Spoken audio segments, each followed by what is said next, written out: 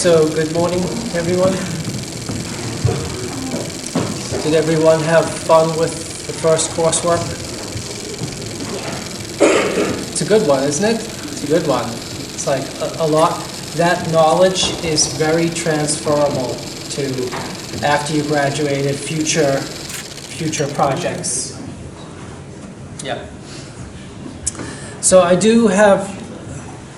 Does anybody have questions before we start? There are a lot of questions about Courseworks 1 and 2 still that I'll answer right now.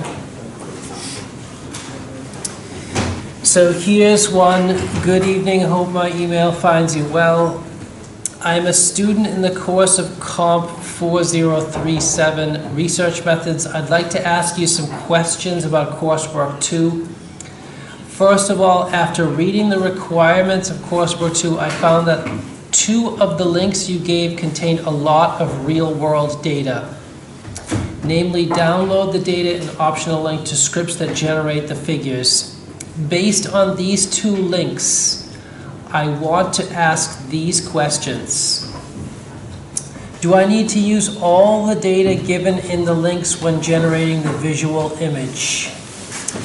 The answer to that is no. You just need to use the data contained in the CSV file. You choose a CSV file, and then you visualize that data.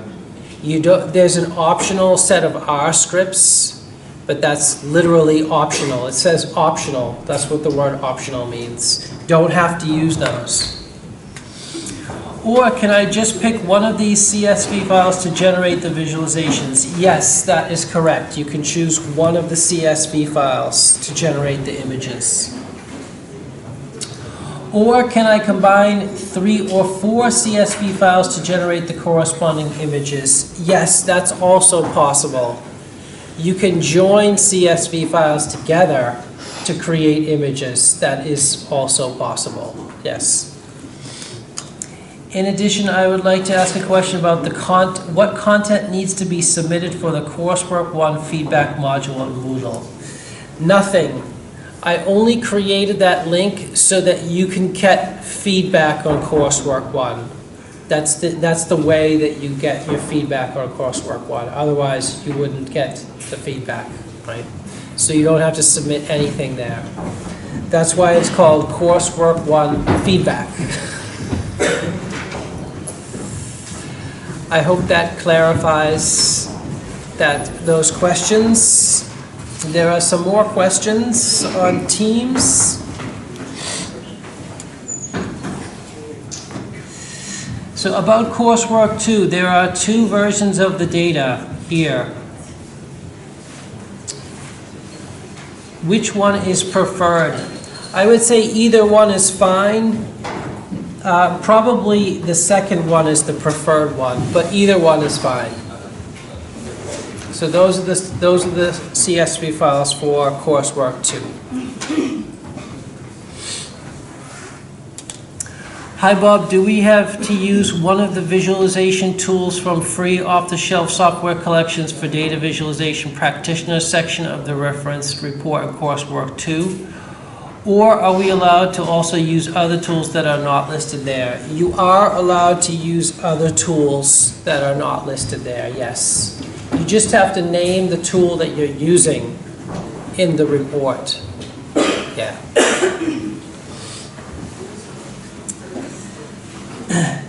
Could I clarify if we are expected to answer the bulleted question in Coursework 2 spec? I assume not, as each question would require 1 image that would exceed the 2-page submission limit.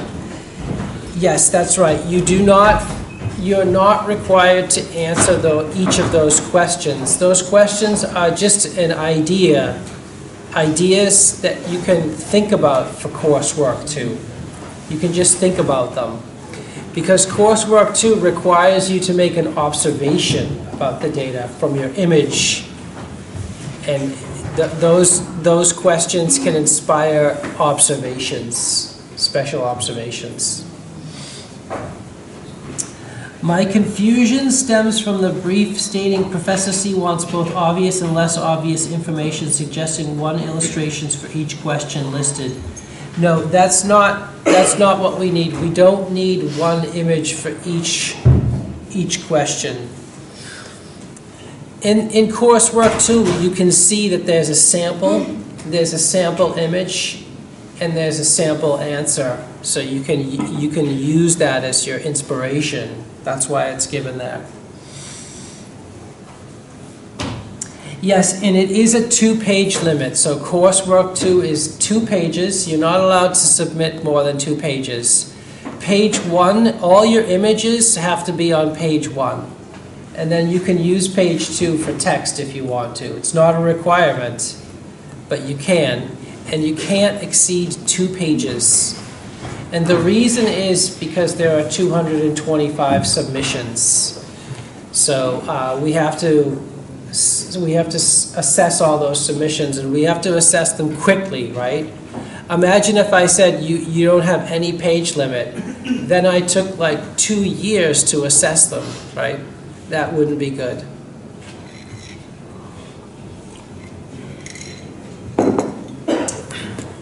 My understanding is we need to A, hypothesize one non-obvious question that can't be inferred from the raw data and provide an illustration.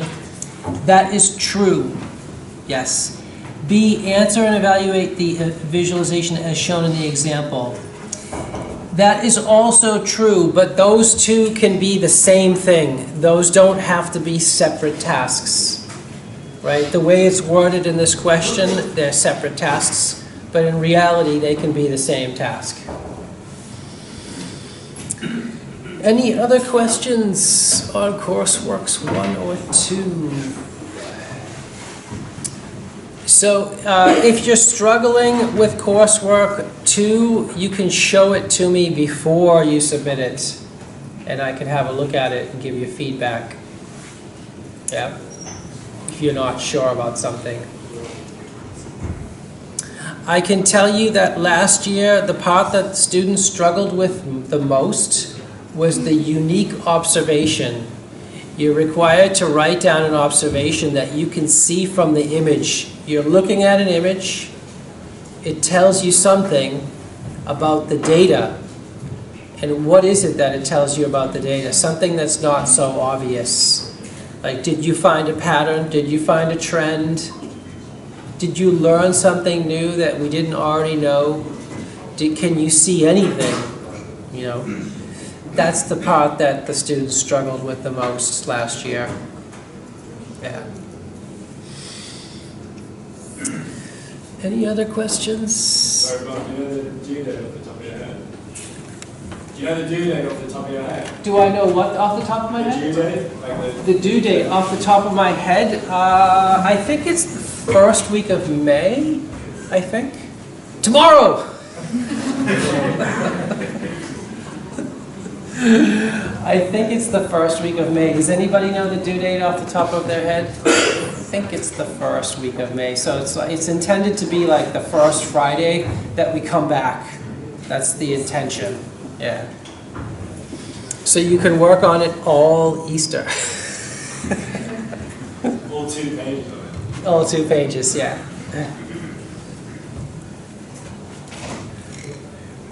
Any other questions? You're allowed to submit it early if you want. It's fine. Tomorrow. Okay, good. We're off to a great start.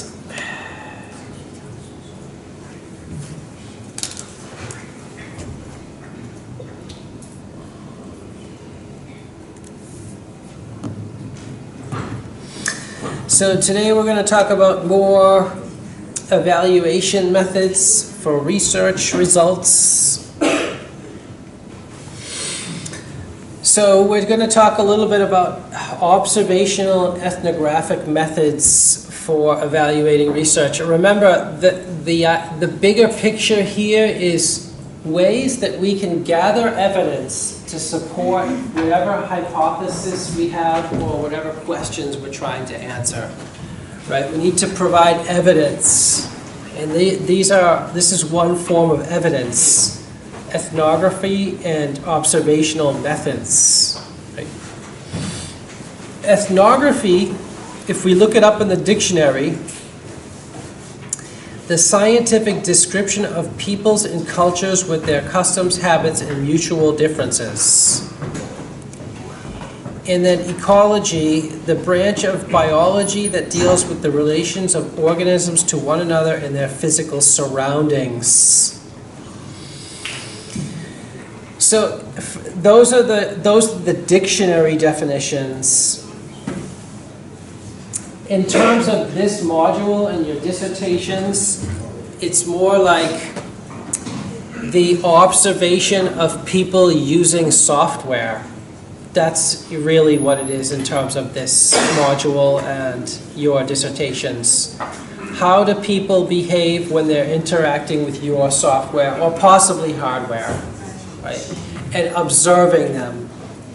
And there's an ecology definition in there, and I'll come back to that there's a reason that's there.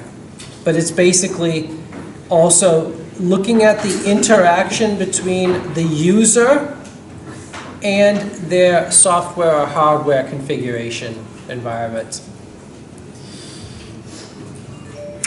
Right, so basically the idea is that a researcher such as yourselves, you place yourself physically amongst the people that you're studying or the topic being researched. Generally speaking, you're watching people as they interact with software or hardware or both, typically both, right? So for example, if you're interested in understanding how software is developed, you go into programmers' offices and observe their behavior in front of a screen, their interaction with other staff, meetings they attend, and so on, rather than... Now, last week, if you remember, we talked about interviews and focus groups, right? That's relying on what people say to get your evidence. So in this time, we're not relying so much on what people say, but actually what they do, right? Usually there's a difference between what people say, what they say they do, and what they really do. There's no better proof than that than social media.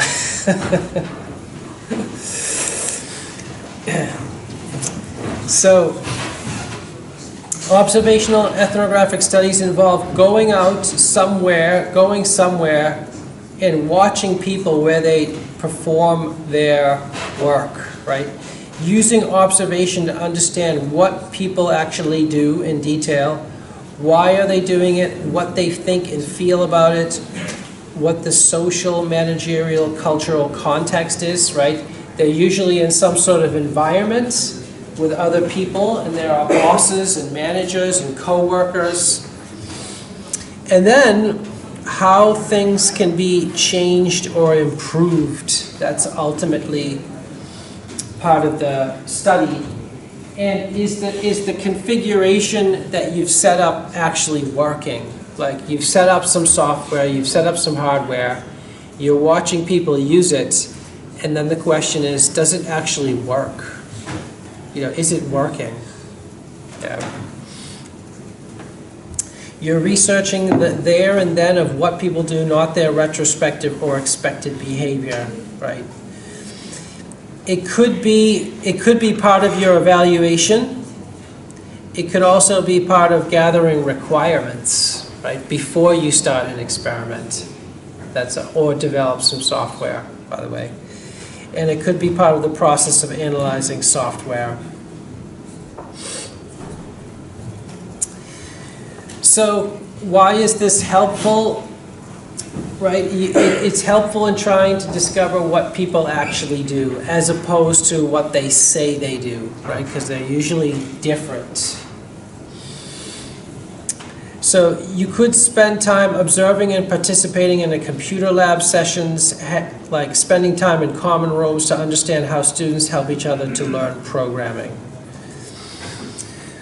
When I was a kid, I think I mentioned this, we had this occasion called Shadow Day. I think I was the only one that knew about this, right? The Shadow Day. Shadow Day is where you could actually go to your parents' workplace and watch them for a day and see what they do.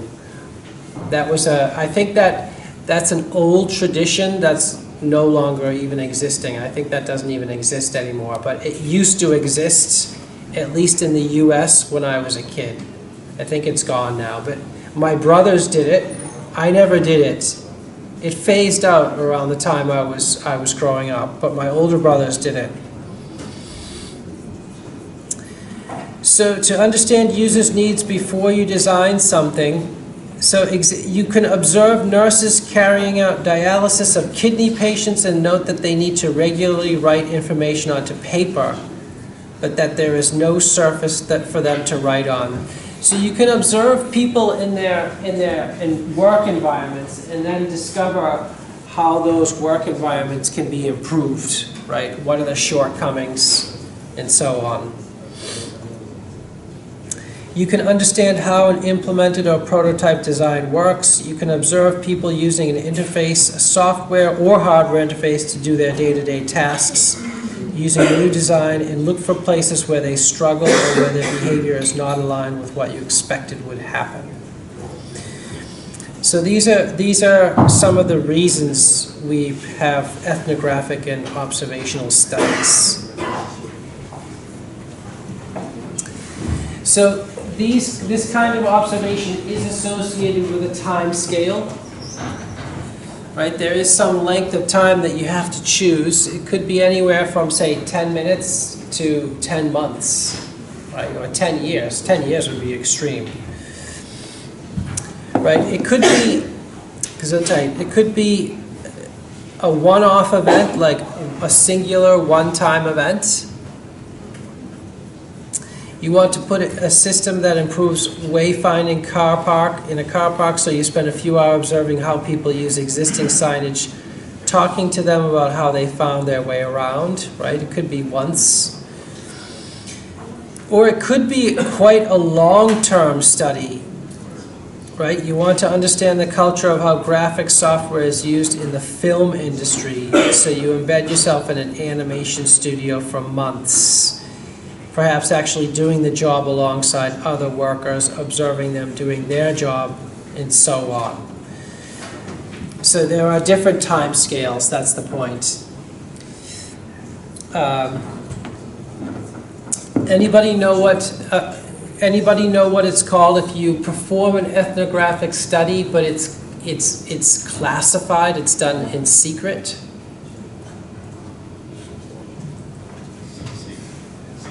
Anybody know what that's called? I mean, that's an undercover investigation, right? Trying to observe behavior in a secret kind of way. That's an undercover investigation. So it's a similar idea. And investigative journalism is another example. It's when you're performing a job, or you could be performing a job, right? Like if you want to discover the dark, hidden secrets inside of a slaughterhouse, right?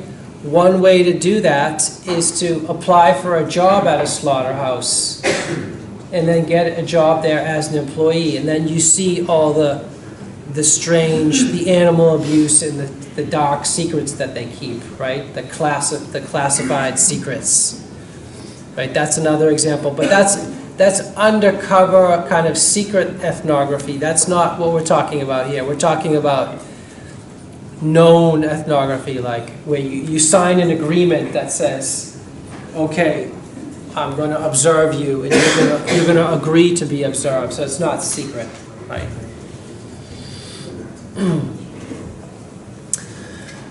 Okay, so the goal is to draw ecologically valid conclusions. That's that ecology word that we defined in the very beginning. So the ecology just refers to the natural environment that the user is in. Right? It might require a researcher to be embedded in a research environment for a long time to gain trust and to blend into the environment. Yeah, that's true. The longer you get to perform an observational study, the more information you're going to gather from that study, and the more truthful it will be.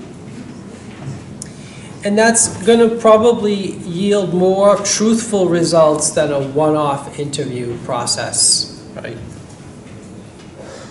If you're observing somebody long enough, they will forget that they're being observed after a while, right? And start to behave in a more natural way, right? You can gather information on the there and then. You can ask someone why they just did something they did, or how they feel in the moment, and you can gather specific anecdotes or make specific discoveries that were unanticipated.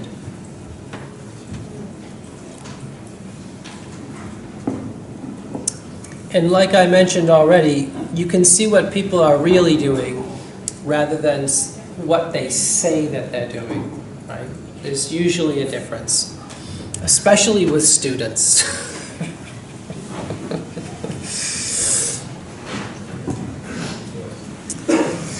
So this observational and ethnographic research it's basically like going into more depth than an interview or a focus group, right? And interviews and focus groups are good, but they're a little bit shallow, right? This is essentially going into more depth, into more like the next level of investigation to support a hypothesis or try to answer some questions. So there are books about this. This is one of the classic book talking about machines. And I don't really know why, but the most famous example of this is with photocopying machines. Like an experiment where researchers put a camera in a photocopying machine room, hit the record button, and then watched how people use the photocopier. Just watch how they use it. See if they can figure out how to get it working and when it goes wrong and what problems they encountered, right? I mean, the irony is this is in black and white, and this is from a long time ago, like 30 or 40 years ago. The irony of this is it's still a problem today. Has anybody had problems with a photocopier today? Like, I still have problems with the photocopiers here in the computer science, School of Computer Science. I still have problems with them. And at home. Yeah. So some ethnographic work is in the form of shadowing. That's what I mentioned earlier, the shadow day. You follow a person or a group of people around during the day, including times such as break times. And some is participatory. In other words, you get involved and you actually participate and you help do a job or perform a job, right? Right, and there's an ethics implication here, right? You're observing the way other people live and behave for a longer and deeper way, right? So there's an ethics implication here, and it means you need to fill out an ethics form if you perform this kind of study, right? You tell the participants about why you're there, and by the way, one of the drawbacks here is that the observation, the fact that there's somebody there observing, might change the behavior of the people there, right? If you know someone is observing you, your behavior changes, right? If you know somebody can see your work, your behavior changes, right? There's a classic example of this in software. Can anybody think of a classic example of this in software, in computer science? It's a tough question for a Wednesday morning, I think. It's like open source versus closed source software. Which software do you think has better quality, closed source or open source? Anybody want to answer that? Open source. open source. Why is that? Yeah, because you know that other people can see it. As soon as you know that other people can see what you're doing, you're going to do a better job than not, right? Imagine you were going to buy a car, right? And you're like, should I buy this car? I have 10,000 pounds. I might buy this car. And then you said to the salesman, oh, you know what? Just as a sanity check, I want to pop the hood and see what's underneath the hood. Can you do that for me? And the salesperson said, no, you can't pop the hood, see what's under there. Would you buy the car? In that case, right? You'd be crazy to buy that car if that happened, right? Okay, this is just for fun. Hopefully, is that going to work?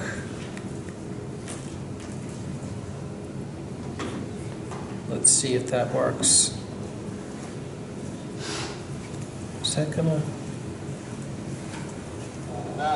Oh, okay, the sound is very, very quiet. Place 1 to 50 originals, or whether I have 100 originals. Apologies if you can't hear that very well, but there's against the left wall. subtitles. We want two-sided copies, unload top paper tray. Now, do we want them collated? What? Reverse order the originals? You gotta be kidding.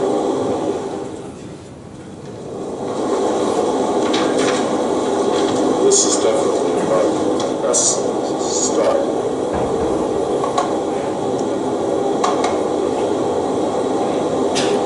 That went into that. Unload top paper tray. That's not this. That's not the paper tray. It didn't say what the paper tray is. Unload top. What you said? Oh shit. So now he gets started it all over again, so it doesn't remember that it's doing this on the other side or anything. Maybe it just knows it anyway. So our first batch. Is SOL. What is that? Shit out. Hey, you always get something clever like that. That one out there. Yeah, we should have come up with a lot of paper. That is really funny. By the way, I'm still having those problems if, like today. me, you suffer in silence and tend to bottle all That's your not what I emotions want. up, then you know how bad it can be for your mental. So I still have those problems today, right upstairs on my floor. The photocopiers changed, the software changed, it was upgraded.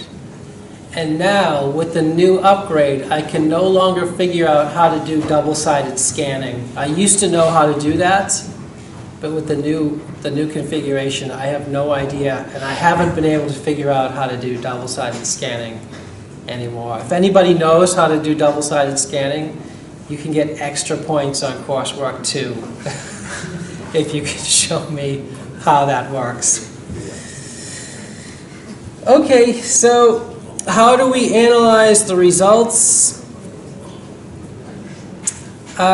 You can use the same methods as when you analyze interviews, right? You can take notes, look for patterns. You can classify the behavior into different groups, right? And you can use in vivo, right? In ethnographic studies, a common outcome is an in-depth description of a culture or group, right? That's not really something we have to worry about so much in computer science. In computer science, we're trying to figure out how to improve a piece of software or a piece of hardware, and how people interact with it, right? How well is it in solving a problem?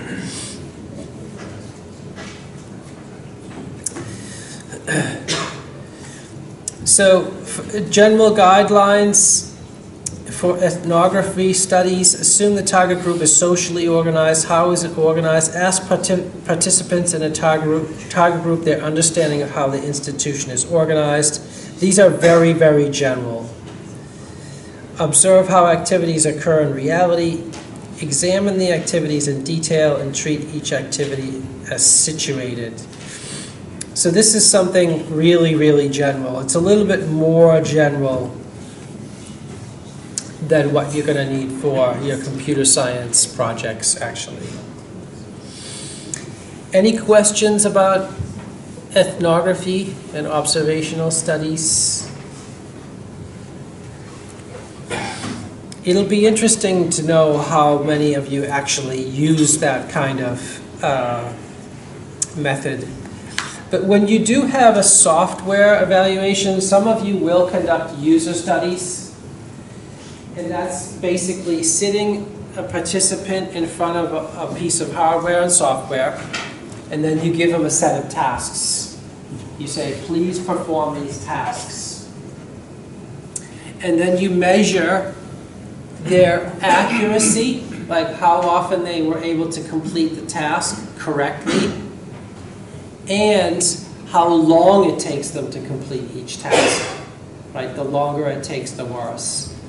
But during those user studies, if they're done really, really well, if those user studies are done to like the highest standard, the highest scientific standard, you'll actually have a camera filming them and recording all of their their behavior. You'll actually be able to watch them. So it's you're recording their accuracy, their response time, and their behavior all at the same time. That's the highest quality, highest standard of user study. They're not all like that, but that is I would say like the gold standard of a user study. And then if you're filming the interaction, you can catch things that you didn't expect to see, or like unexpected behavior, right? You're getting new information that you wouldn't get just from response time and accuracy. Okay, so we're going to switch gears a little bit. So this is more focused on software, right? Evaluating software with users. So the previous discussion was very, very general, right? It applied to everything. Now we're zooming in to software, specifically to software, because that's what we build here in computer science, right? Is software, generally speaking. So one of the most common research evaluation tasks in computer science is evaluating software with users. How well is the software working, right? It's hard to find good software, actually. It's easy to find not good software. There are lots of ways, right, to evaluate software. As you saw in Coursework 1, you can evaluate software by comparing it with the predecessor. You can measure the accuracy of the software, right? That's a very big topic in AI right now, is measuring accuracy. You can measure performance time, right? How fast it responds. And you can also measure the memory footprint. This is something that not many people talk about. But if you're a very careful computer scientist, if you're very well trained, have a really strong background, you'll keep track of the memory footprint too. So for example, if somebody says, I have a new software program that's twice as accurate as its predecessor, a really, really clever computer scientists will also look at the memory requirements of the new program and the processing requirements of the new program. Usually, what happens is, when a program is more accurate than its predecessor, it requires more memory, right, and more processing power. And the same is true with performance time. A lot of time, performance time improves. However, the memory footprints might be greater. The memory requirements and the power requirements, right? It's a little bit like cheating, but it happens a lot. It's like I can make this thing faster and more accurate, but I'm just gonna need more memory, right? And there are lots of kind of clever tricks you can do to get this to work. But anyways, that's a big topic, and it's beyond the scope of this lecture. It could be its own lecture. But if you want to contribute to science, you can hack that contribution. You can increase accuracy. You can increase performance time, and then not tell anybody about your memory footprint. Leave that part of the experiment out, right? And keep that a secret. Happens all the time. Okay, so this topic could be its own module. So again, ethnography could be its own module, statistics can be its own module, visualization can be its own module. This topic can also be its own module.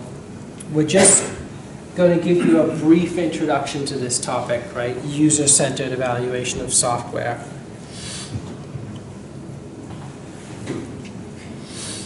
So with user-centered evaluation of software, we're evaluating the functionality and the usability of software, right? How do people engage with your software, right? What are the most common reasons for engaging people with your research at this stage? We want to evaluate the effect of software on somebody, right? Does your software actually help a user?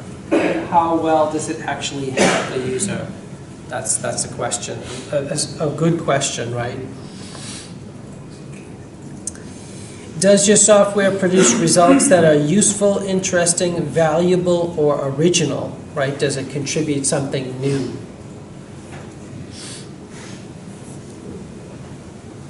So in terms of usability, we can evaluate usability. So if I evaluate the usability of the photocopier on my floor, I would give it quite a low usability rating, because there are certain tasks that I can perform, but there are certain tasks that I just can't perform at all, right? So it's actually the upgrade to the software lowered the usability actually of that machine, right? Can users use the software for its intended tasks without excessive learning? And can they do so in a way that the experience is pleasant and avoids frustration, right? Unless the aim is sometimes in games. When I think of usability, like the perfect piece of software, if it's done really, really well, it doesn't require any user manual or user instructions. You can just interface with that software and start using it. You don't need to read the instruction manual. You don't need special training. You don't need really special preparation. Can anybody think of some examples of this where you have software that doesn't require any instructions or user manual? You can just start using it immediately. What? Who said that?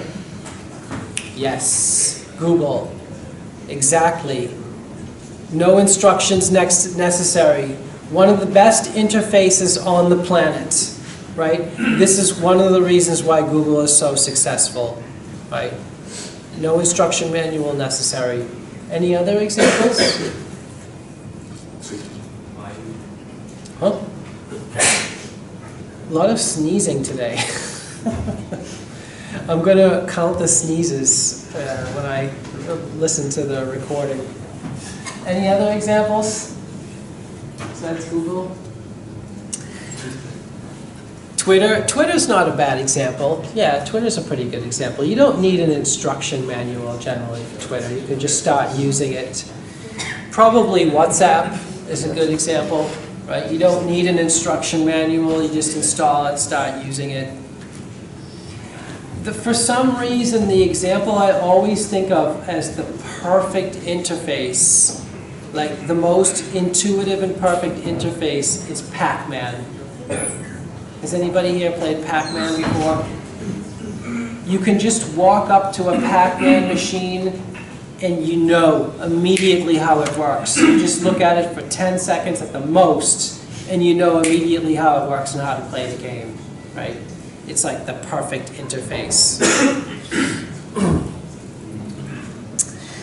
So getting people to use software for a specific set of tasks relevant to the goals. So that's usually part of a dissertation evaluation, is getting people to use the software for a special set of tasks, right? It could be in an artificial environment. Usually it is in an artificial environment, actually, usually in a controlled laboratory environment where you have control over all the different variables in the environment, and you only want one variable in the environment that you focus on very closely, right? The environment might matter a lot. It generally does, by the way. The environment is usually a huge factor in usability, right? A maths education tool in a lab environment is going to be different from a maths tool in an unnatural environment. And it's also going to depend on what kind of task and what kind of software we're using.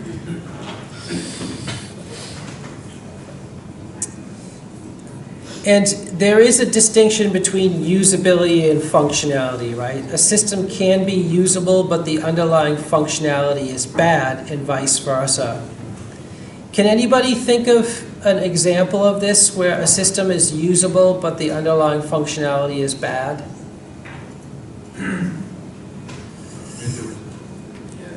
What's that?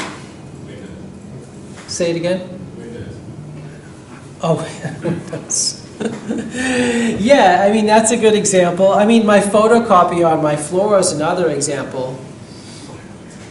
Another example is the last lab that we had with all those chatbots.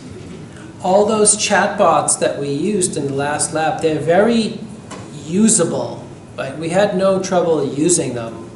But the actual results and the functionality were very low quality, actually. I think a lot of those answers were false, right, and would score 0 points on a coursework, for example. So a lot of evaluations concentrates on observation rather than self-evaluation. You can ask these questions like, do you like it? Is it easy to use? Are you having any problems using it? Though people do ask those questions actually because they want to bias the results, right? They want to get some positive results to report. And people use those a lot. Those are a little bit subjective. Like, you know, I'll write a piece of software and then I'll ask my mom, right? Do you like it, Mom? To bias the results. That's why we have tasks. So we ask the users to perform a set of tasks, and then we measure their accuracy and their response time. And that's a little bit more objective than just saying, do you like it? Or please like it. Do you think it's good? I hope you think it's good, right? And you can, here it is again, you can observe the participant and you can observe their facial expressions as well as what they are doing at the machine, right? We could go into a lot of detail on this, and for some of you, you will. You'll go into a lot of detail on your dissertation on setting up a user study Here's a link to a little bit more information in case you have to look at that. Here's an Ever wondered example. what's inside your toothbrush? We did. We found outdated design, a lot of plastic.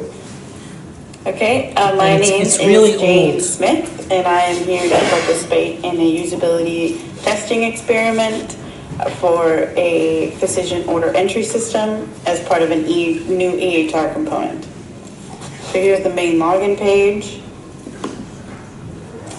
I'm going to type in my credentials and log into the system. Okay, so here's my home screen. I see different things. I see a calendar, upcoming appointments, and my general profile. So I'm trying to make a new prescription. I don't see a prescription tab at the top. So I think the next best thing is going to be patients, maybe 3 individual patients. Let's just select a patient here.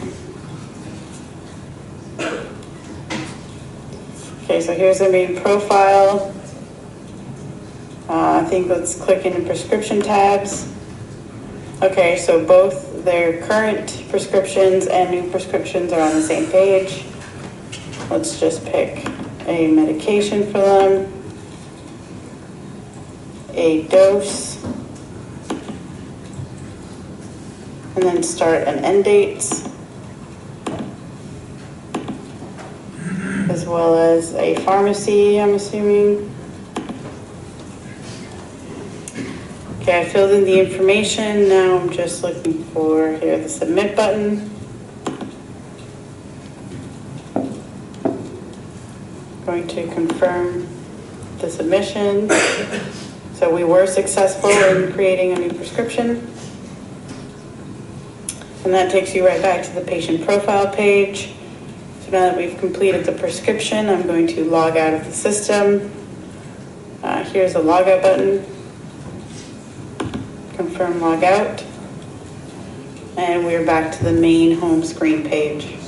That was fairly easy. So that was a good example of just a usability study. So somebody was given a task, right? And the task is give a new prescription to a patient, right? So and then as they did it, they were using a think aloud protocol. So they were talking about out loud about what they were thinking, right? That's also possible. And they were being recorded. So we can see the behavior. We can see how long it took, how accurate they are, and make some observations about that, right? How long it takes. And learn about the usability of the system. Right? So that's an old example, but still very, very relevant, right? Even though it's old, it's still very relevant. I would say that was an example of a pretty successful one. Like, I think you can use that system. You can give somebody a prescription without reading any instructions, actually, on that one.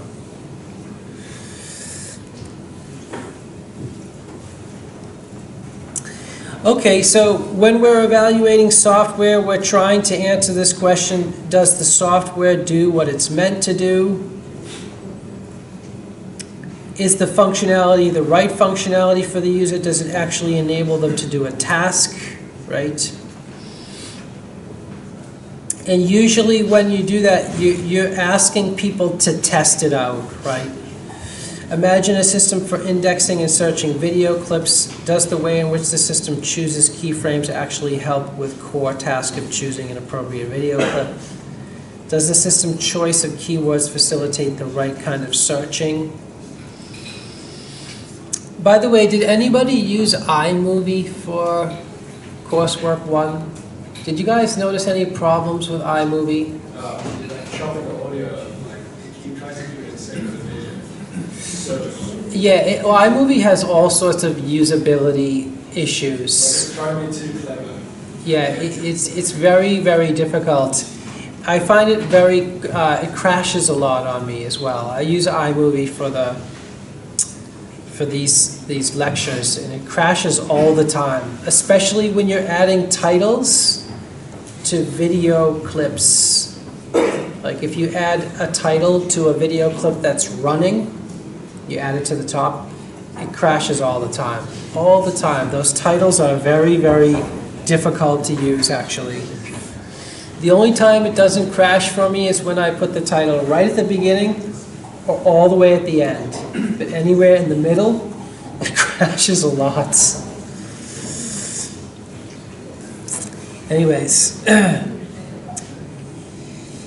in short, is the way in which the requirements were implemented correct for the user, right? You always are evaluating your software with users, right? And you're probably using observation, a combination of observation, think aloud protocols, interview questions, and then a set of tasks. I mean, those are usually all part of a user study, right? The set of tasks, observing the user performing the tasks, and then asking them about their experience, right? All of those are usually part of the software evaluation. Software is often written to have an effect, right? To help you learn something, to have an effect on mood, or to create enjoyment and fun. You're expecting the software to help a person either while they're using it or as a result of having used it. And you can evaluate this directly, right? Through verbal feedback or some sort of tests. So a lot of software evaluation will involve testing, where you can imagine taking a test about some area of knowledge, like visualization literacy, for example, or financial literacy, and then using a piece of software, some educational tool, and then taking another test after you've used the software to see if your knowledge has changed. So like assessing knowledge, using software, and then assessing knowledge afterwards to see if your knowledge has increased. And for that kind of assessment, you need two groups of people. Ones that have used the software and ones that have not used the new software, right? You need some basis of comparison, right? And the basis of comparison is usually called the control group.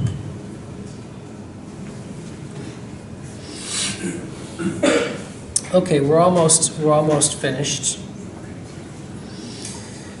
Sometimes the software produces something, a creative AI system that writes songs or poems, right? Like in the last workshop. We're not finished, by the way.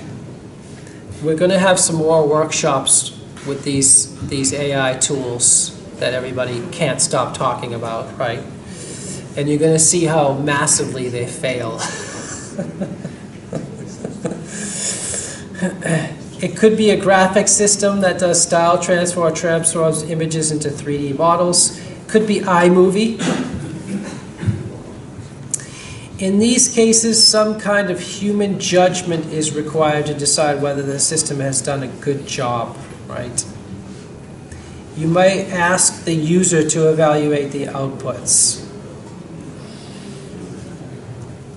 Sometimes the evaluation will be something like a Turing test, right? Each person sees 10 human-generated poems and 10 AI-generated ones and has to report which one is which, right? That's a kind of Turing-style test. What has been created by the human and what has been created by a machine. If you can't tell the difference, then it's passing the Turing test, right?